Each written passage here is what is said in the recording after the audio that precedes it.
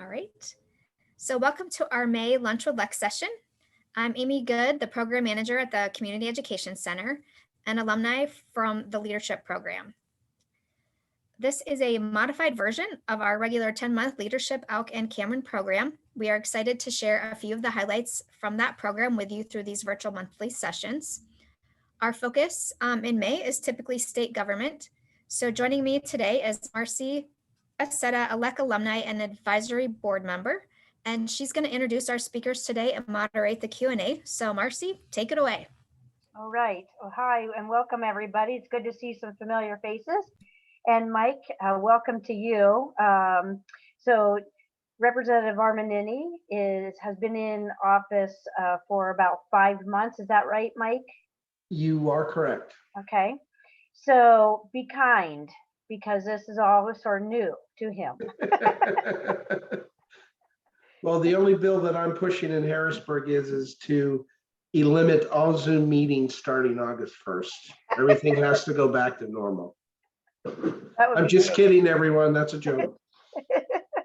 It would be nice, though. So, Mike, tell us about the experience of running, and first of all, just a little bit about yourself, your background. Okay, I can do that. Well, I am Mike Armanini. I am born and raised in Kersey. I attended Elk County Catholic High School, so I am a product of the Elk County area. Upon going to college, receiving a degree in business administration from Clarion, I moved back home because I, of course, just love this area.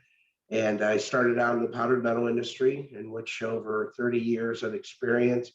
I was very fortunate to be part of the startup of 2 very successful companies that I grew and sold on both occasions.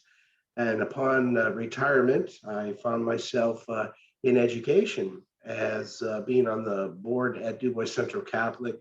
We ran into an issue with a headmaster that we hired, and we had to quote, relieve him very quickly. And I, quote, unanimously got picked to run the school. So I did that for 3 years, which was very enjoyable. And moving into politics, it's something that I always had a very interest in. When Matt decided that he was not going to continue as being our legislator, I thought I'm going to throw my hat into this, just for the fact that out of the Republican primary candidates, I felt with being in this area all my life, being very involved in the industries that make our area so unique and grand, that I wanted to do my part in keeping our area strong. So fortunately, and I guess luckily, I'm here. I'm very happy to be the representative for the 75th district. I've talked with Kate a few times in regards to what she's doing here. So important to keep our rural area strong by making sure education is here. There's no doubt, from the industries that I have visited, the future is very bright. And it's just interesting on the type of jobs that are going to be coming up, because everything is just so detailed to automation, computer skills, and so forth. So we have a lot to offer here. And the good thing of this area of core, entrepreneurship is so important. And as long as we have that in our veins, we're going to continue to be strong and continue to prosper. But we got our work cut out for us, because everyone's quote against, it seems, the rural area. After this meeting, I'm actually headed up to, I think it's Clarendon, to talk with people in our oil industry. For some reason, I do not know why they want to get rid of all our industries pertaining to oil, natural gas, and coal. I don't think people in our Commonwealth realize the importance of these industries on everything that we rely on day to day as essential, that that industry provides us. So it's very important. They're getting hit very hard, and we have so many constraints and so forth that they have to follow through DEP and so forth. And I don't understand when they want to ban everything when we're producing everything at the lowest emissions, as possible. We're doing a very good job at it, but we're fighting against people who want to ban everything. But it's okay to let Ohio and West Virginia, prosper by us being stubborn, and their regulations are not as high. Or when you're going to foreign countries that, we all know that China and India have no regulations. Why would you not want to produce in one of the highly regulated states?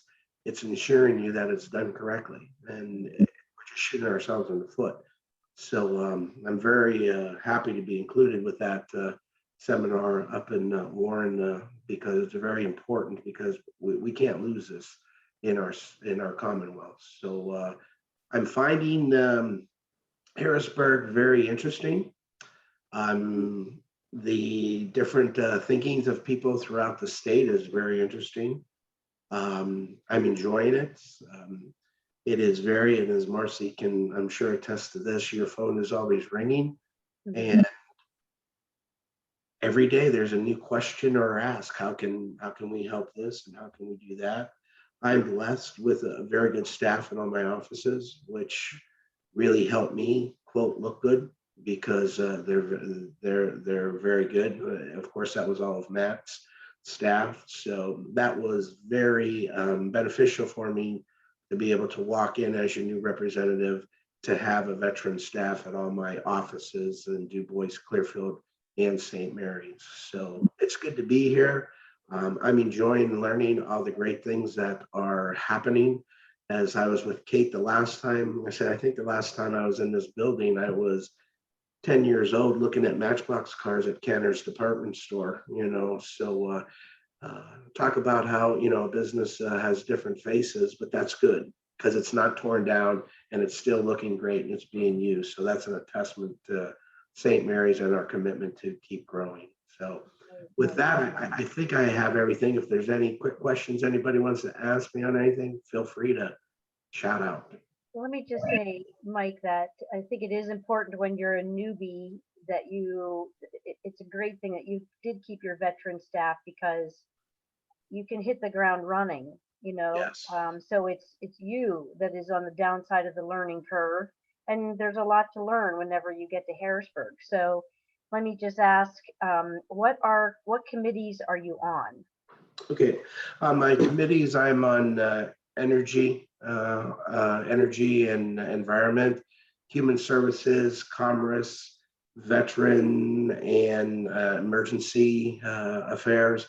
And then I was also appointed to the economic group, along with manufacturing, broadband, and pro-life. So I think I have myself on every committee that is important to our district. Well, amen to the people who live in Weedville that you're on the broadband committee. Yes. Well, it was funny. I was, driving here from the Du Bois office, and I was on a phone call, and as I peaked, Burndale Hill coming into Duluth's Stone, I'm like, you have me for 3 minutes, because as soon as I hit this dip, you're gone. And I was gone, and I look around and I'm like, I can't believe I'm 3 miles from, quote, Walmart, Right. and I don't have service. That is just crazy. So yeah, that's a fight. We're continuing to do that, because not only do we need it for convenience, but we also need it for emergency situations and safety, with the amount of people that are going to the Elk Center. I was at the Elk Center 2 days ago, and I ran in a school district from Scranton and a family of 6 from Columbus, Ohio. And this is where they choose to come. I'm like, it's quote, a dreary cold spring in Pennsylvania. Nothing's really out and blooming yet. And they were just thrilled, this is beautiful. And where they were staying at, they said they could put up their window and they could hear the, the creek sound. So everything that we took for granted for all these years, we're realizing it's a gold star. So right. we have a So how many days are you in Harrisburg a week, or talk to us about your Well, schedule. just like GT, it differs. Now, this month of May, we were to be there for 3 weeks, and then they cut it to 2 weeks. I would say if you would have to average it out, we're normally in Harrisburg 2 weeks out of the month, normally Monday through Wednesday. Now, June, of course, is budget. So I am there every week, 5 days for the whole month of June. So it varies, differently and so forth, depending on where we are with session. But, that's normally your schedule. I would say 2 weeks if you average it out a month is Okay. there. And then, of course, we break for summer session in July, and then we start back up in September. But that is good because that gives us time to really get around our districts. There's a lot of things going on in our area with, election correction. That's all coming out starting when we get back to Harrisburg in 2 weeks. So a lot of things that my constituents have been asking me since day one of, winning the election, they're coming about. So that is good. So we're happy with that. And along, with the economics of the Commonwealth, this unemployment thing, it has to end. I mean, it is not the norm to ride around and see every place who has a business, they need workers. Whatever is going on now is not correct. Mhm. We've killed these businesses for over almost a year and a half by them being closed, and they're trying to get back on their feet. So now we're going to, keep giving their workers extended unemployment, extended money. Um, it just doesn't make sense. And we all realize what is this going to do to the taxes? We were faced where, Governor Wolf was looking almost a 46% increase in taxes for a majority of, the hardworking people of our Commonwealth. And that is not the answer. We can't let people sit at home and have businesses struggle. We have to get back to work. We need to get back to life. We need to be very cautious of everything. But the days of, quote, working from home and Skyping and Zooming everything, I think should be over. It's sad when I go into Harrisburg, as a new member, I stay out at Camp Hill, which is about maybe 6 miles. I can get from Camp Hill to the garage at the Capitol in less than 7 minutes. They Mhm. tell me when Harrisburg is full and working, that's over a half an hour drive. So you go in there and you just, there's no administration. I saw the governor one time this past week when we were in session. That was the first time he's been in the Capitol for almost 9 months where the public could see. And It's I know the last time I asked you, the Capitol still wasn't open for visitors, but is it now? it is now open. So please come and see me there. It is open. There's no limited numbers and so forth, but it's still very scarce. But it is nice to see people walking through the halls and so forth, and it's very safe. Of course, we have our Capitol Police in full gear with dogs, walking continuously throughout the Capitol. But it's slowly coming back to normal. But we really need to, I think, concentrate on that to try and get everything back and running nice. Just like the upcoming Memorial Day weekend. So we're going to lift the restrictions on Monday. So we're going to miss the whole Memorial Day weekend of activities, graduations. My kids graduate on Sunday. We're limited to 4 tickets. Now, isn't that kind of crazy that the next day we can fill the whole place up? Right. Again, no thinking what's going on in our state. How can we help people who've been, locked up and been told you can't do this, only this limit number. Things like that make no sense. Now, granted, I'm sure they're trying to keep it down over, people moving around, but that's just sad. Again, you have families who, a grandparent is not going to see their grandchild graduate from high school, college, wherever. Just really no empathy for the human being. I'm just amazed by it. Hmm. Hmm. So I sense the frustration, and I think, I could probably speak for the group to say that it's the inconsistencies in the regulations that are kind of frustrating because, like you Right. said, what's sometimes, some businesses are open, some businesses are not, and it's Exactly. like if we could just understand the rhyme or reason to it all, I think we would all feel a little bit better about the situation that we're in. For sure. And we're not looking at neighboring states who absolutely have no restrictions for some times. We're not seeing these huge spikes of COVID cases and so forth. Um, it's ran its course to some extent. Hmm. Hmm. But then why aren't we being more adaptable to help the people of Pennsylvania to get back to a normal life? Let people go to um, a graduation. I mean, when you talk Elk County, Clearfield County, what are you getting? 1, 2 cases, maybe every 2 or 3 days. Hmm. There's no reason to be closed. Right. Cameron County, they've had 0 forever. That should be a free county. That should be back to normal. Again, instead of going the whole state, break it down to where it's at. So we could probably talk on this subject all day, and I don't want to bore Well, you I out am going to there, switch but the topic. I have one question, although I don't think that the gal is on the Zoom right now, but we have a question about somebody who wants to know, how do you feel about an increase in minimum wage? well, my feeling on that is really simple. We're all seeing now, um, businesses need workers. So a minimum wage has really no effect because they have their signs out where they're offering $12, which would be the new minimum wage starting in July. And when you find out, most businesses are already above that minimum number to where it doesn't apply to, say, your servers and so forth, who probably they're fine with the way that it is at, because with their tips and so forth, they're making well above the $15 that they want to get to in 2027. So when you talk around, say, our factories and so forth, that's right around their starting wage for right now.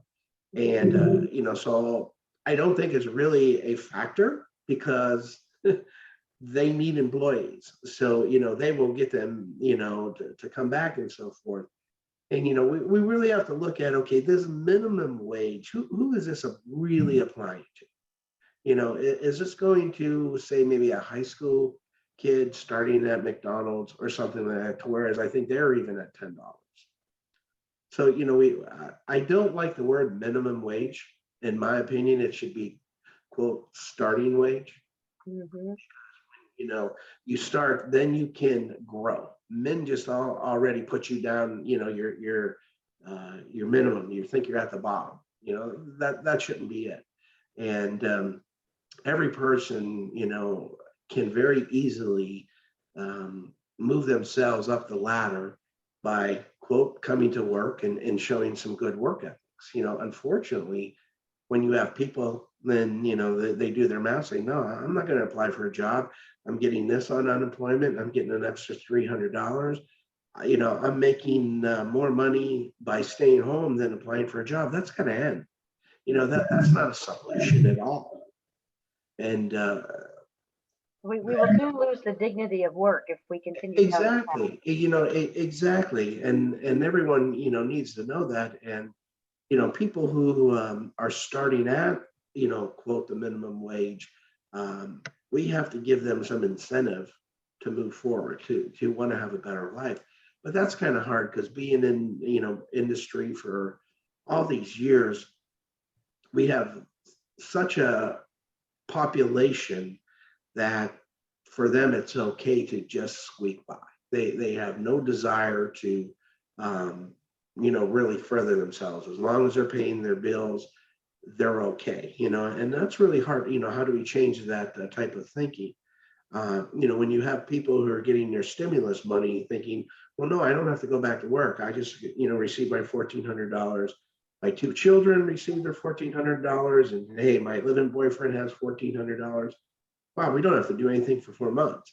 Not realizing that if you had that money and you were still working, you would have extra income that you could maybe, buy a car or do something like this. We're missing out on all that. And, how do we correct that? We've created this monster. How do we correct, the unemployment, way of living? My opinion is way too many people think they've just won the lottery. So that has to change. We really need to somehow start doing the right thing with unemployment benefits. We're trying to start in the House, whereas during COVID, of course, when you're unemployed, you didn't have to go and seek unemployment. I think that we're trying to get that reinstated. And in all honesty, we have to, I think, work to whereas when that person is going, saying, I went to, wherever for a job, let's contact that employee or instead of the employee and say, do you have a position for them to work? The Department of Labor has to say, I'm sorry, Mike, you only have 3 weeks left in your unemployment because of the 3 places you went. They're all hiring, and they're stating they would hire you. You have to go back to work. Not that I'm not protecting the employee, but it has to turn. We can't have this type of mentality going into the future. Can I chime in there? Can I chime in for a second? This is Ann Losey. I'm a commissioner in Cameron County. Hello. Hi, Mike. And nice to meet you. Sorry. You too. But as you're talking, I am very direct, and I get so frustrated because how do you make that change? Do you know what I mean? How we all know, I think probably as we're all sitting here, maybe I'm being presumptuous, but I think that we all realize what you're saying is accurate. I've had this exact same conversation with a million different people, and everybody's saying the same thing. So how do you make that change? What do you do to, it seems so big. It seems so big that as I sit in my office here, it's almost like, oh my God, I don't even know where to start. And it's right. Do you know what I mean? What and I mean, it's way above my wheelhouse, obviously, but it's very frustrating because we're all talking about the problem, but nothing seems to change. Right. Well, the problem that we have in Pennsylvania is, of course, we have a Republican and, controlled House and Senate. Mm-hmm. So these initiatives are all going to be coming forward. But then, of course, they get onto our great governor's desk and he vetoes. And then when you really believe it's Democrat versus Republican, because that's a sad state of affairs if that's where it is. I do believe that personally, because I've witnessed the stalemate. Like for instance, Governor Wolf wants to put us into RGGI, which is the regional gas, which would completely kill all oil, gas, coal, and even lumber industries in our state. Which would kill the communities who are benefiting from those payments, yes. And so why does he want to do that? Because he just wants to make Pennsylvania greener. Oh, okay. But when you look and you see that Pennsylvania is also one of the top 5 leading states in our country for manufacturing, there is not one state in RGGI that is even in the top 20 of manufacturing. So why do you want to pursue that? Mm-hmm. And these are issues that we see and you're confronted with, to whereas we're one of the highly regulated states. For the environment, we're doing a better job trying to clean up our environment if you let us produce in Pennsylvania than if you do in other states or other countries. And I don't understand that, because I really believe a lot of people think that electricity comes out of the ground. I really do. So I understand what you're saying, but it has to come with your administration at all levels has to work together. And when you keep getting that pushback from, the Democratic governor, who does not want to prosper by, bringing in monies and so forth, how do we do that? And it's very frustrating. But from my short time in Harrisburg, I find out if we have, a full control, not that you take advantage of it or you're going to, become an administration that is only for industry and industry. But when industry grows, Pennsylvanians grow. Mhm. Our state gets better. We have problems from property taxes to, boy, every place in my district, road repair. I think every bridge in Pennsylvania is shot, because that's my list. I think from 7 municipalities, I have 35 bridges that need replaced. And how do you go about that? So we need to start generating income. And what better way to generate income is by bringing industry into our state. And the way it's being mandated, and they tell me, once they do their study and say Pennsylvania is not a friendly state to pursue additional natural gas, exploration and so forth, you're out. Mhm. And once we lose that, we're done. I mean, look, we have the cracker plant down in Westmoreland County, which is $1 billion investment by Shell. U.S. Steel just nixed a 1.5 billion expansion in their U.S. steel manufacturing. If we don't have money coming in, we can't be taxed enough, to make up the differences. And these are things that are just so scary that it's not happening. That boy, once companies quit investing in Pennsylvania, what do we do? Can tourism carry it all? Can agriculture carry it all? We have our farmers where, well, you've got this extra, land, let's put solar panels up. So that's your way, you're going to tell the farmer, get rid of your land, just put solar panels up, and so, I wonder when you use 50 acres of farmland with solar panels, what does that do for wildlife, for, land erosion? We have no idea. Mhm. But, it's solar wind, go, go, go. Everything that I ask is, when we're moving on to these new ways for energy, no one can tell me how are we going to rid ourselves of all the lithium, which is a rare earth element, which isn't even allowed to be mined in the United States. And we're going to base our whole automobile industry on that electric vehicle. What are we going to do with all these batteries? The solar panels, we know, are also radiation materials. Windmill parts, we know what they're doing with them now is just burying them out in Wyoming. So here we are, they'll complain about, the plastic problem we have in our oceans. In 10 years, our oceans are going to be dead. Well, if that happens, we all know what happens. The earth is dead. So you're telling me you want to move to this new technology, but you're not telling me how are we going to make sure that it is clean in the environment. So we're just causing more problems down the road, just like, the abandoned oil wells that, it's normally the southeast legislators, they're all up in arms by all these abandoned wells, blaming the gas industry. Now, how can you blame today's gas industry on abandoned wells that were drilled prior to the Civil War? So again, it's a problem. We're fixing it. It's very expensive.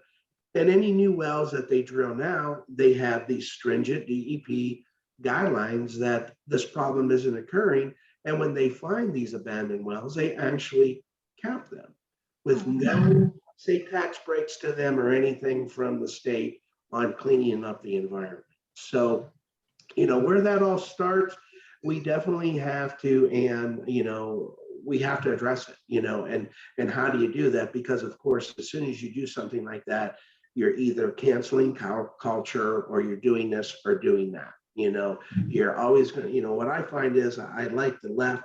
They always like to complain about something, but they never want to try and find a solution.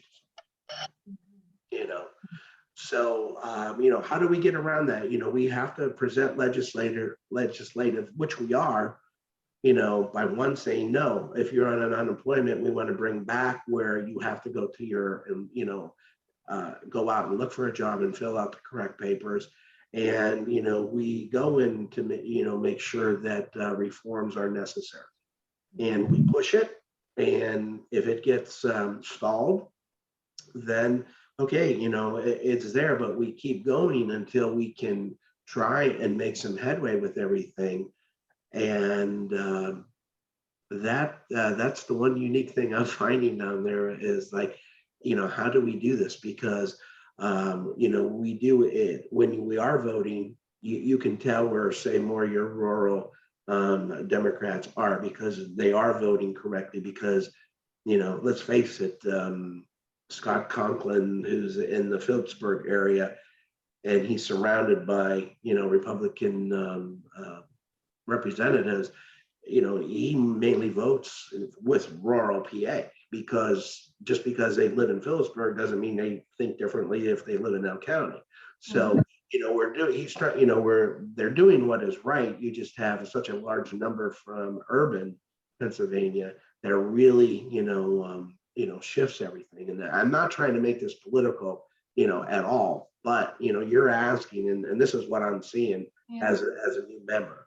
And in all honesty, to make programs work is you have to have the same path as the House, the Senate, and the governor. And unfortunately, the governor just right now is just really, doing a bad job. He's just doing nothing. He's just causing controversy, and he's just trying to, oppose anything that he did not, quote, think of himself. And I think he just has himself in such a tizzy now, and he knows he's on his way out. So, why he's not going to go down as one of Pennsylvania's better governors. So, well, I will say Governor Wolf was always great with Cameron County, especially when this pandemic started. We had an ear in Governor Wolf's office, and any questions we had, they got back to us. I mean, I felt, hindsight being 2020, yes, could we have all changed and done things differently? Absolutely. Right. But I feel, again, we're in something we've never dealt with ever before. No. And I feel like he did a good job dealing with this pandemic. Now, do I think this is dragging on a little bit long? Yeah, I'm getting antsy. I'm sick of the masks. I want things to open up. But I think all in all, dealing with this pandemic, he did well. I mean, there are some things I'd like to see change as well. And I know I'm out of your, right. Out of your area, but it's frustrating here in our office. We don't look at party lines. We don't, that's not even a discussion. And so it's a little bit discouraging. I mean, if I'm just completely honest, it's a little discouraging to look out and see what's happening right now. And Cameron County is very, very unique. Yes. Now, that almost sounded like a dig. I hope it wasn't. Oh, no, I'm saying that in the best of ways. But I mean, no, I wish we could get rolling. Cameron County just needs a little bit of steam behind us to get rolling. But I'm sorry. You're right, Ann. You need a little steam behind you to get rolling, and we've been trying to get that steam in the House rolling. We just keep getting opposition, and we keep getting rejected from the administration. From day one, when I was doing these commerce hearings and so forth, and you're hearing a family-owned bar restaurant for the last 65 years have had to close their doors. some of the things to whereas no warning at all for when they was going to raise restrictions to whereas I think it was St. Patrick's Day, everything was open and then they closed it. And you hear of restaurants who, purchased 300 pounds of corned beef that they lost. Super Bowl, what are we going to do? People like, boy, normally we would purchase 500 pounds of chicken wings. We're only buying 100 because we don't know if Governor Wolf is going to close us on Saturday. No fair, no warning of things coming up. It was just like, you mean to tell me you woke up this morning with your administration and you said, oh, we've had a few more cases here, we better close it. So those are the things that when people are telling you, your heart goes out to them because it's like, there's no planning. Going back to the first day of essential and non-essential businesses, what a fiasco. That was it. Okay. And Mike, I don't want to cut you off, but I do want to just thank you for coming on. We could keep talking and talking, but I would like to give Deborah a chance to talk to us a little bit today as well. Okay. So I'm thanks good. again. I'm a listener now. And Ann, I'll be happy to carpool with you to Harrisburg. Okay. Yep. I'll tell Marty, Ann. I'm going to see Marty later on today. So Deb, go ahead and introduce yourself and tell us, a little bit about you and Senator Dush. Sure, thank you. Thanks for inviting us here today. And Representative I'm Italian, I should be able to pronounce that, Armanini. It was interesting hearing you, so thanks for your perspective. I don't know, I have done this for Clinton County and Tioga County for their leadership programs before. I was with Senator Scarnati's office for 8 years. And Senator Dush kept me on. He was in the House for 6 years. And then when Senator Scarnati retired from the Senate, he put his hat in the ring and won for the Senate. So he's called a freshman senator, but he does have experience as a House member. I usually give some very generic, high-level information about, in case there are some people who really just don't know about state workings. So the PA governing body mirrors the federal level, and that there's an executive, judicial, and assembly. And the House has 203 state representatives and 50 state senators. State senator has about 262,000 people. So down in Philly, that's a very small area, but up in our area, it's quite a large district. So Senator Dush has Clearfield, Jefferson, McKean, Potter, Tioga, Clinton, Cameron, and part of Clearfield. I might have said all of it. So his district is the side of Connecticut and Rhode Island with Guam put together. So it's a huge, huge district. And he has 3 offices, one in Harrisburg, one in Brookville, where his home is, and then one in Wellsboro. To run for state senator, you have to be 25 years old. So it looks like almost any of you could be, I can't see some of the faces, but are at least 25 years old and live in the district for which you're running for at least 1 year. As a state senator, Chris will listen to constituent concerns, vote on bills, attend committee meetings, and is active at civic events. There's 22 standing committees. And when he moved over, he just said, I just want to be on appropriations. I just want to be, and he loved state and local government. Well, he received the local government and he's the chair of that, and the state government committees, and he's vice chair in that. Then he got appropriations, so he's very happy about that. Communication and technology, which I think Representative Armanini said he was on the House side of that. Game and fisheries, labor and industry, and veterans affairs. And Senator Dush is a former military. He was in the Air Force, and so he has a very soft heart and for the military and veterans and EMS and all sorts of service providers. Right now, his big thrust is cutting government waste, and one of his big bills right now is the vexatious requesters bills.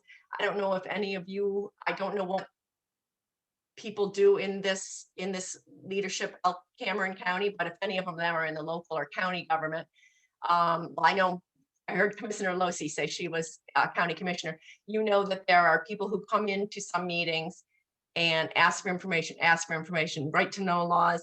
So he's trying to help municipalities, school boards, and other agencies with frivolous and burdensome right to know requests. Some are needed, absolutely, but some are not.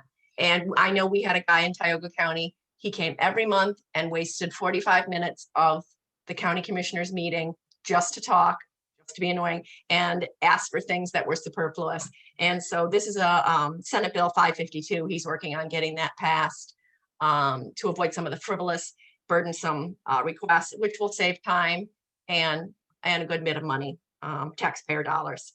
He's also interested in strengthening the election laws based on some of the past things that went on in January. And he's also, you might have heard Governor Wolf talking about the tolling bridges. There's 2 that are in his district, and he's quite against that because the median salary in our district is $46,000 a year. And he said that adding a toll to 2 of those bridges would really makes a financial impact on the citizens of his county. And so he's the counties he represents, so he's interested in not having that pass as legislatively. So those are some of the things that he is very interested in. It's interesting. I think Senator Scarnati used to say, Commissioner Losi, that he sees it less as Democrat versus Republican than urban versus rural. I'm not sure towards the last year if, unfortunately, Representative Armanini it's going a little less towards that way, but it used to be, and hopefully we can get that way. You know, it was always, you have to fight for the rural area. And it's a little less, unfortunately, right now. It has become more partisan, which is a shame. But I guess if we can still hopefully just fight on our for our rural vision, hopefully we can make that move forward. And things like this leadership Clinton County, leadership Elk County and Cameron County can help make you guys better leaders to help make this possible. So I didn't know if you had any questions for me or any questions about Senator Dush or anything like that. I did not get anything in advance, Deb, but I will ask something. I know that when Senator Dush was in the House, he was kind of working with Seth Grove to uncover some transitional funds that were moving from like one place to another that I found to be a little bit confusing. So could you shed a little bit of light on what is happening there? I don't know if anything's come up. He is still working on it. There was just, I think, some federal funds kind of get moved, and if they don't get all used up, there was just funds sitting around, and he would like them to be used in the interim, or, you know, and so I can't speak to that elegantly or with certainty, so I better not speak too much, but yes, he's still working on that. I guess I better stop at that. Okay. And where do you work? I work in Wellsboro.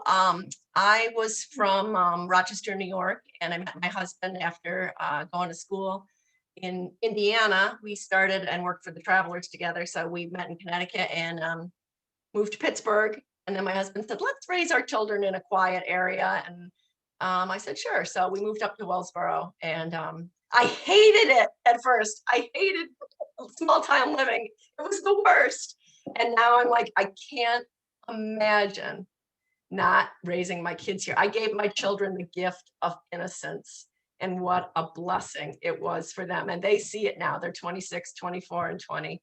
And I really feel like I gave them a great gift, and gave myself a gift that you can, like whoever was talking, listening to the river, you know, or streams just rolling by and hearing the quiet. And what a gift of the place we live. And you've seen it. Wellsboro, Tioga County was packed during COVID last summer. Everybody was just coming up, and we had lots of outdoor restaurants, and you know, but we see those help wanted signs too. And it's I know I saw Florida got rid of it, was adding the work requirement back. So hopefully my boss and Representative Armanini and all these guys can get a 2/3 majority and slip it past Governor Wolf and get the work requirement back to work, so we can get some of these businesses get with employees. Right. Does anybody else have any questions for Deb at this point? Because I could go on, but I'd like to open it up to the audience that is with us.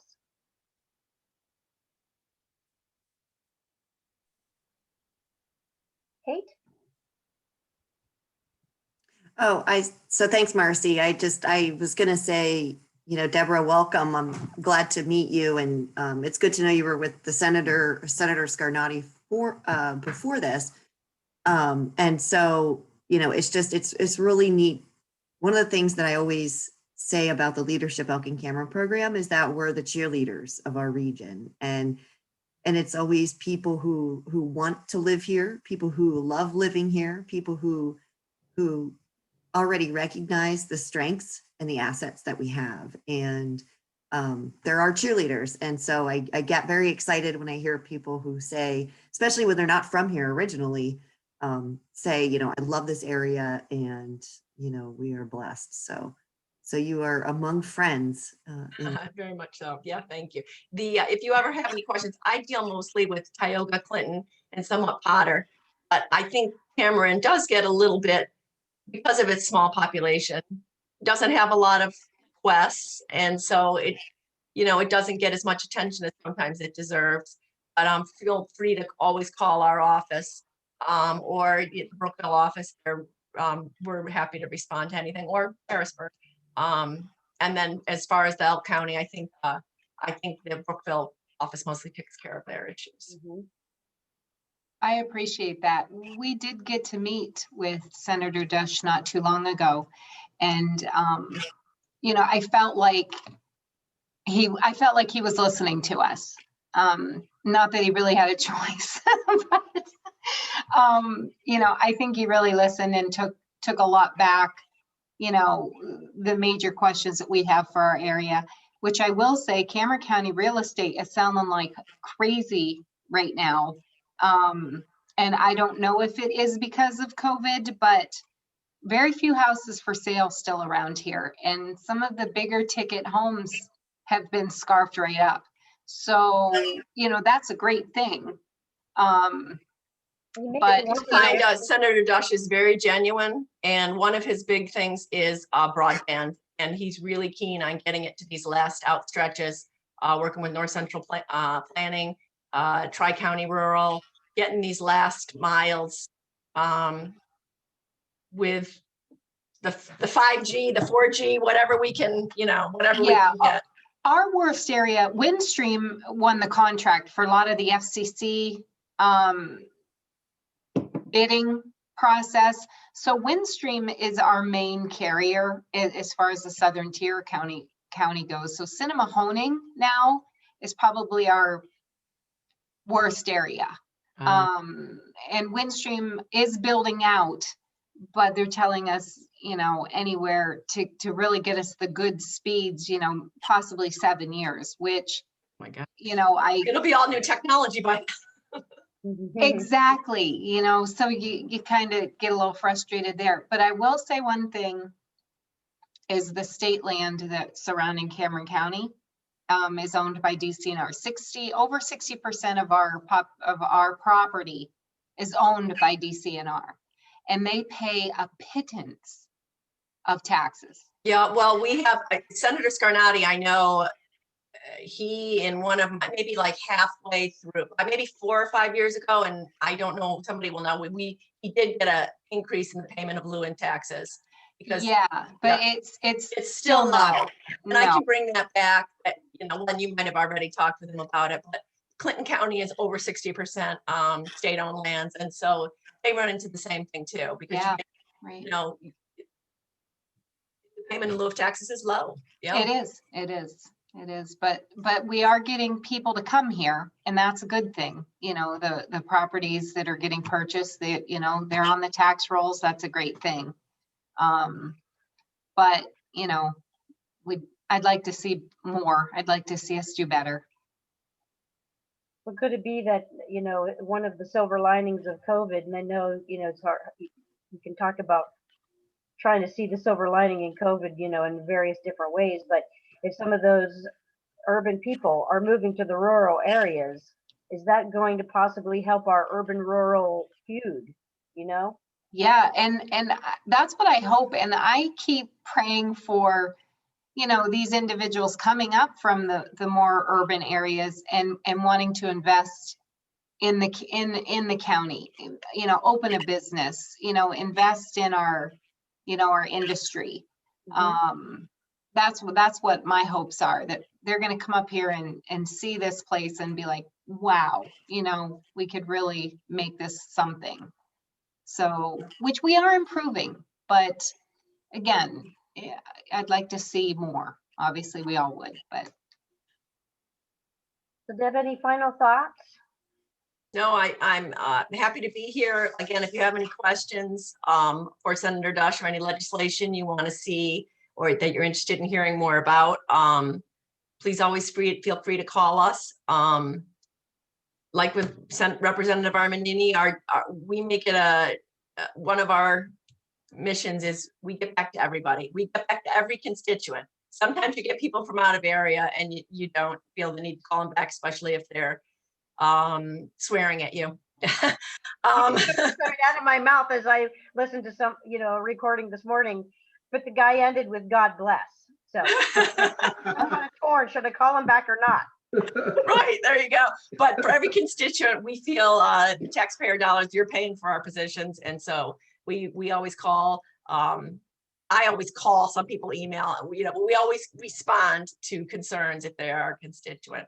So please always let us know if you have some concerns or citations, 100, somebody who has a big work anniversary, and sometimes nice things like that to mean a lot. So.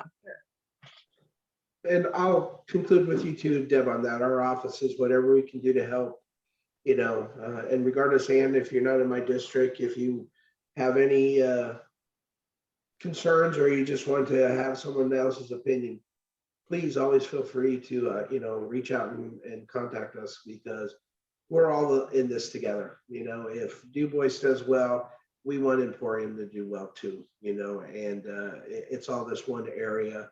And we have to keep it strong, and we have good people like everyone who's on this Zoom call today working for the betterment of rural PA. We will succeed. We will succeed. Thank you. Yes. Any final thoughts, anybody? Ron, you unmuted yourself. You have a question for us? I just wanted to let everybody know that the career links in the entire region are open, and we're doing everything that we can. We've been open for a month. We were the first career links in the state to open up to the public fully. So we're doing everything we can. We know all those frustrations that everybody talked about a little bit here. And we're talking with employers on their end, and we're talking with job seekers on that level as well to find out, what do they need to get back to work as well. So, there's a lot of that going on. We're waiting, I think, as everybody is, from the top down, some kind of orders or direction on what way to go. And I think it's coming. There's a lot of discussion going on. And even the president just said the other day, if somebody gets offered a job, they better take it and you get rid of the unemployment. So, those aren't his exact words, but I know that has stirred a lot of conversation. And so I think that's a positive. And hopefully, we can just continue to build on that. And that's what we're here to provide that for everybody in the area. So thanks. Yes, thank you. And thank you, Deb, for joining us today. I know this was really a rush for Senator Dush's schedule, but I appreciate you coming on, talking with us, and taking the time to talk with our group. And I'm going to turn it back over to Kate.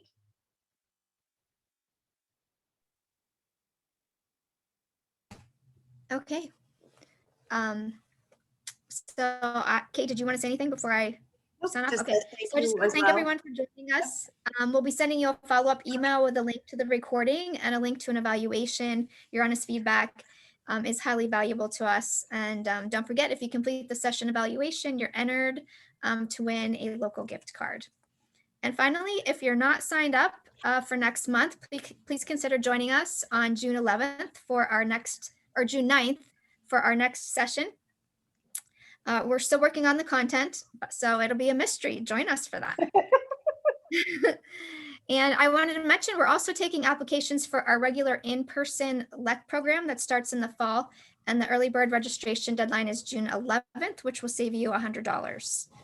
So thank you again for joining us on your lunch hour, and we look forward to seeing you in June. Thank you all. Everyone have a good day.